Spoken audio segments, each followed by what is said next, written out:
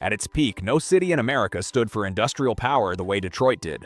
The Motor City, the arsenal of democracy, the place where Henry Ford looked at a horse-drawn carriage and decided that was not good enough. On its factory floors, three names every household in the world knew. Ford, whose moving assembly line changed what ordinary people could own.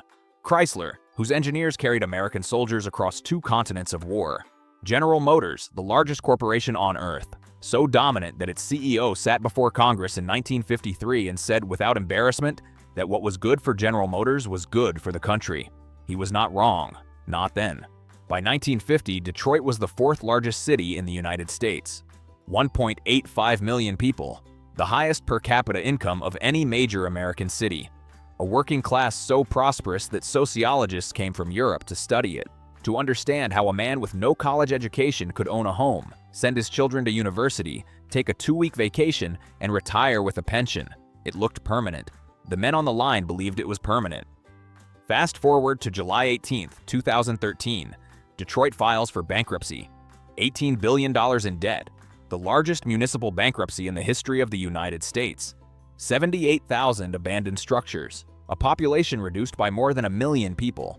Entire neighborhoods returned to scrub and silence. So how does a city like this collapse? To really understand what went wrong, you need 3 things. 1 building on East Grand Boulevard, 1 man named Walter Reuther, and a single document signed on May 23, 1950, that Fortune magazine called the Treaty of Detroit. Keep that document in mind. We are coming back to it. Part 1. The city that priced the world. Henry Ford does not invent the automobile. He invents the price point. When the Model T enters production in 1908, it costs $825. By 1925, the moving assembly line has driven that figure to $260. The wage at Ford's Highland Park plant is $5 a day, double the going rate anywhere else in American industry. Ford sets it deliberately. He needs buyers. He decides to manufacture them. That calculation contains the entire founding logic of Detroit. The city does not just make cars. It makes the wages that buy cars. It makes the middle class that sustains a consumer economy. What happens here is not only an industrial story, it is the most compelling argument America ever made about what happens when productivity and wages rise together. The Great Depression hits Detroit hard. Auto sales collapse. Men who built Model Ts stand in bread lines on Woodward Avenue. But the city does not break. It bends. Detroit is not built on a single commodity. It is built on a process, making complex things cheaply and well, and a process can be redirected. The arsenal. When the Second World War arrives, Detroit redirects. The Ford Willow Run plant, a few miles west of the city, has a factory floor 1.25 miles long, a single room longer than a small town's main street. At its peak in 1944, that room produces 1 B-24 Liberator bomber every 63 minutes. The B-24 is not a simple object. It has 1,550,000 individual parts.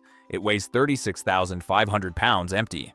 Its 4 Pratt & Whitney engines each produce 1,200 horsepower. The Germans and the Japanese build aircraft by hand, by craft, by the slow accumulation of skilled labor. Ford builds them the way Ford builds cars. By 1945, Michigan's factories have produced 8,600 B-24 bombers, 57,000 aircraft engines, 245,000 tanks and armored vehicles, and more than 1 million military trucks. Franklin Roosevelt calls it the arsenal of democracy. He means it as the highest praise a president can give a city. He does not know yet that the arsenal is also building a trap. Part 2. The man who almost changed everything. Victory comes in August 1945. The factories retool. The soldiers come home. And in the executive suites of General Motors, Ford, and Chrysler, the men running the American automobile industry survey a world arranged entirely in their favor. Germany's industrial capacity is rubble. Japan's is occupied. Britain's is exhausted. The Big Three own the world's car market, and they know it. They breathe it like oxygen. Into this moment walks Walter Reuther. Reuther is 38, years old in 1945, a tool and die man from Wheeling, West Virginia, son of a German immigrant union organizer who read him Eugene Debs at the dinner table. He worked the Ford line in the 1930s and watched foremen fire men on the spot for sitting down between shifts. In May 1937, outside the River Rouge plant, Ford's security men threw Reuther down a staircase, cracked his ribs. A photographer from the Detroit News captured it. Reuther on the ground, bleeding, suit torn, looking directly at the camera. The photograph ran on front pages across the country. It turned an organizer into a symbol. By 1946, he is president of the United Auto Workers, the most powerful labor leader in America, and he has a vision that goes beyond wages. He wants the UAW to have a seat at the management table. A voice in pricing decisions, investment decisions, what cars get built. He calls it industrial democracy. In November 1945, he calls the GM workers out on strike. 113 days. His real demand is an open audit of GM's books. Proof the company can afford raises without raising car prices. General Motors refuses. Not the wage demand, the premise. The idea that a union should have any window into business decisions is not something GM will consider. They offer wages. They will not offer power. The strike ends in March 1946. The workers get 18.5 cents an hour. The audit never happens. Reuther has what he asked for in public and nothing of what he wanted in private. He does not forget the distinction. Part 3. The document.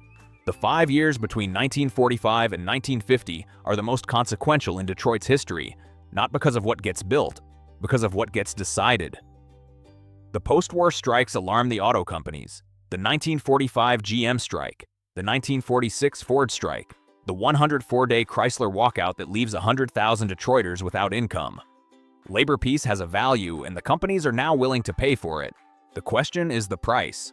On May 23, 1950, Walter Reuther and General Motors sign a 5-year contract. Ford and Chrysler follow within weeks. Fortune magazine gives the deal the name that sticks: the Treaty of Detroit. Read what it says. The UAW gets wages indexed to inflation. Automatic cost of living adjustments every year, regardless of company performance. Workers receive pensions, company-paid healthcare, supplemental unemployment benefits, expanded vacation, a package so comprehensive it represents everything the labor movement had spent 60 years fighting for. GM agrees to pay half of every worker's medical insurance premium, the first major American employer to do so. In exchange, GM receives 5 years of guaranteed production. No strikes, no disruptions. And one thing more, the thing that does not make the headlines. The UAW formally withdraws its demand for a voice in management decisions. Pricing, investment, product planning, which cars to build, which markets to enter. All of it remains exclusively with GM's executives. Walter Reuther, the man who demanded to see the books, agrees in writing never to ask again. What the logic misses. Fortune magazine praises the deal. The New York Times praises it. Academic economists cite it as a model. The logic in 1950 is genuinely hard to argue with. Workers get prosperity. Companies get stability. Everyone wins. Here's what the logic misses. The benefits are not profit sharing. They are fixed obligations. Contractual guarantees that do not rise and fall with GM's fortunes. The pension is guaranteed. The healthcare is guaranteed. Every man who works a GM line, every surviving spouse, every dependent, locked in for life, regardless of whether GM is selling cars or sitting on unsold inventory in a lot in Flint. In 1950, with no foreign competition and 50% of the global car market, this looks sustainable forever. The men who signed the treaty are serious people making a rational bet. The bet is that American dominance of the automobile market is permanent. They are wrong. In 1950, no one in that room knows it yet. Part 4. The Gilded Decade and the Man Taking Notes. The 1950s are Detroit's golden decade, the city the treaty built. The Cadillac Eldorado launches in 1953. Chrome tailfins, 210 horsepower, $7,750, more than most families earn in a year, and a waiting list. The Corvette arrives that same year, the Thunderbird in 1955. These are not transportation, they are declarations, physical expressions of a country that won a war and decided to enjoy the proceeds. Detroit in 1955 looks like a city that has solved the problem of prosperity. UAW men own homes in Grosse Pointe and Dearborn. Their children go to college on wages earned on the line. The median family income in Detroit exceeds the national average by 30%. The promised land of the labor movement is not a slogan, it is a zip code. On the other side of the world, a quiet engineer named Eiji Toyoda applies for a visa to visit the United States. In 1950, Toyota Motor Company produces 2,685 vehicles for the entire year. General Motors produces that many before lunch on a Tuesday. Toyota spends 3 months at River Rouge. He walks every inch of the plant. He attends to the things that are wrong as much as the things that are right. The inventory sitting idle, the defects caught only at the end of the line, the time lost to retooling. He fills a notebook. He takes it home. He does not go home discouraged. He goes home with a list of problems to solve. Part 5. The cracks. The 1960s arrive. GM controls 51% of the American car market. The Justice Department opens an antitrust investigation and considers breaking the company into 5 pieces. GM spends the decade afraid of its own government, lawyers advising executives to hold back, not to push share above 55%. The company that could dominate chooses not to. They sand off their own edge voluntarily. In 1965, a 31-year-old lawyer named Ralph Nader publishes Unsafe at Any Speed. Its argument, GM knew about a defect in the Corvair and chose profit over lives. The book sells 450,000 copies. GM's response is to hire private investigators to surveil Nader's personal life. When exposed, GM's president James Rush appears before a Senate subcommittee and delivers a formal apology. The company that refused to open its books to Walter Reuther in 1946 now apologizes to Congress for spying on a private citizen. The confidence is cracking. Part 6. The Embargo. October 1973. OPEC announces an oil embargo against the United States. Gasoline prices quadruple in 4 months. Lines stretch around city blocks. Americans who spent 20 years buying larger, heavier, more powerful cars on Detroit's advice suddenly need something that does not drink fuel by the gallon. Detroit has almost nothing to offer them, because the men who controlled product decisions, the decisions Walter Reuther surrendered in 1950, had spent 2 decades building bigger. V8 engines, full-size sedans, the muscle car. These made sense at 36 cents a gallon. At $1.40 and climbing, they become a liability too large to calculate. The Japanese have spent those same decades building small, fuel-efficient cars for a market that never had cheap gasoline. Honda, Toyota, Datsun. They have the exact product Detroit's customers now need. And a production system Eiji Toyoda spent 20 years refining in that notebook from River Rouge. Fewer defects, faster retooling, less waste at every stage. A Toyota costs less to build and breaks down less often. The quality gap is not marginal, it is structural. GM lobbies Congress for more time, makes incremental improvements to existing platforms, and waits for prices to fall. They do not fall. In 1979, the Iranian Revolution removes Iranian oil from global markets. Prices spike again. This time, there is no recovery.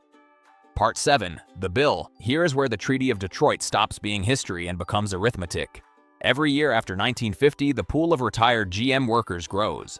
Every retiree carries a guaranteed pension obligation, a guaranteed healthcare obligation. These are not costs a CFO can reduce in a bad quarter. They are fixed, contractually protected, built into the treaty, and every contract negotiated on top of it for 30 years. By the mid-1970s, GM pays healthcare for more retirees than active workers. In 1979, that bill alone exceeds $1 billion for the first time. In 1980, Japanese automakers collectively exceed the Big Three in total global production for the first time.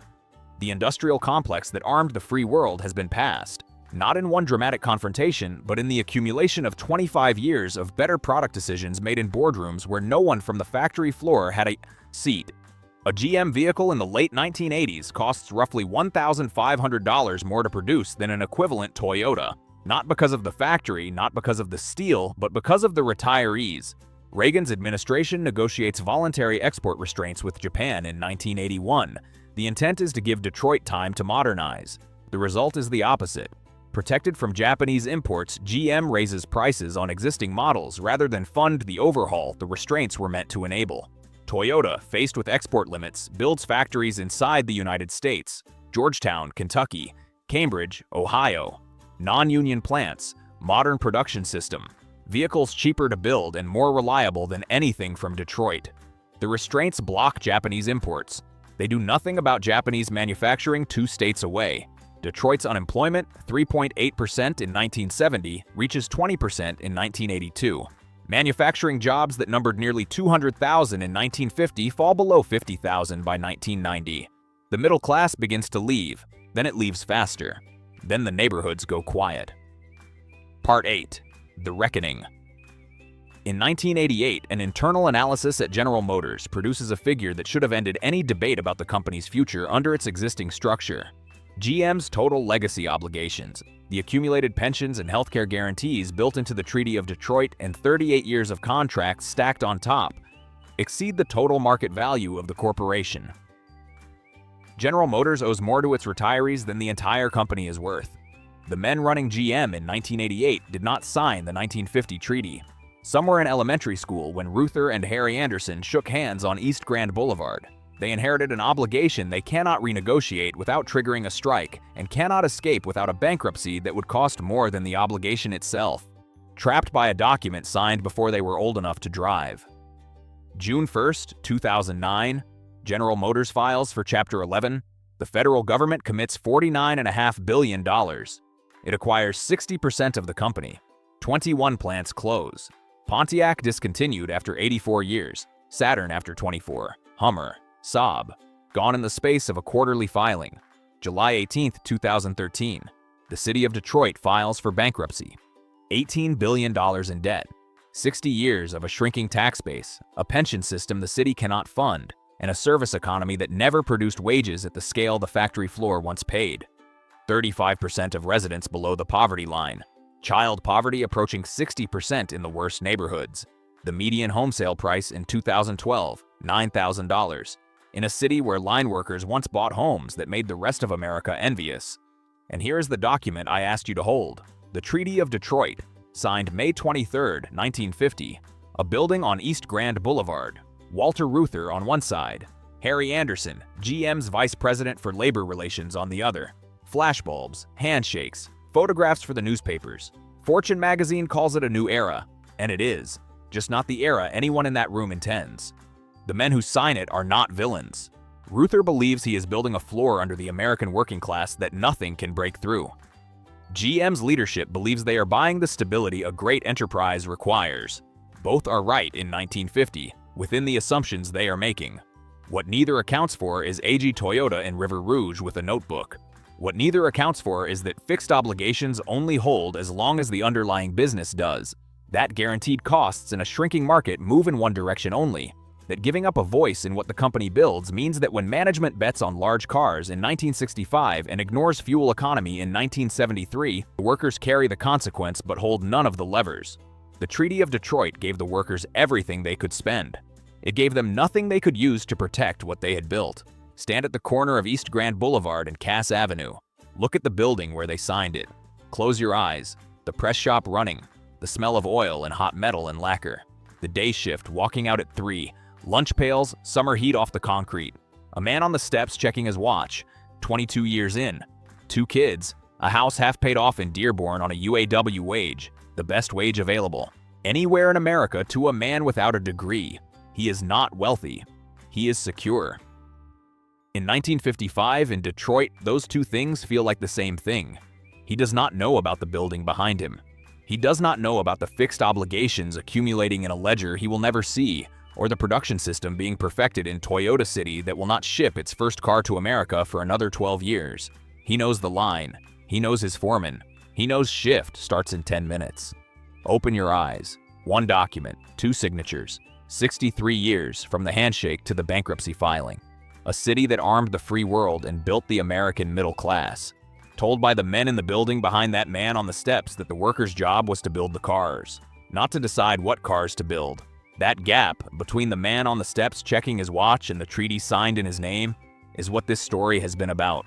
If you grew up in Detroit, if your father worked River Rouge or Dodge Main or Willow Run, if you remember what this city smelled like when the plants were running, leave a comment below. Tell us what you remember. These stories belong to the people who lived them. We are just trying to make sure they do not disappear.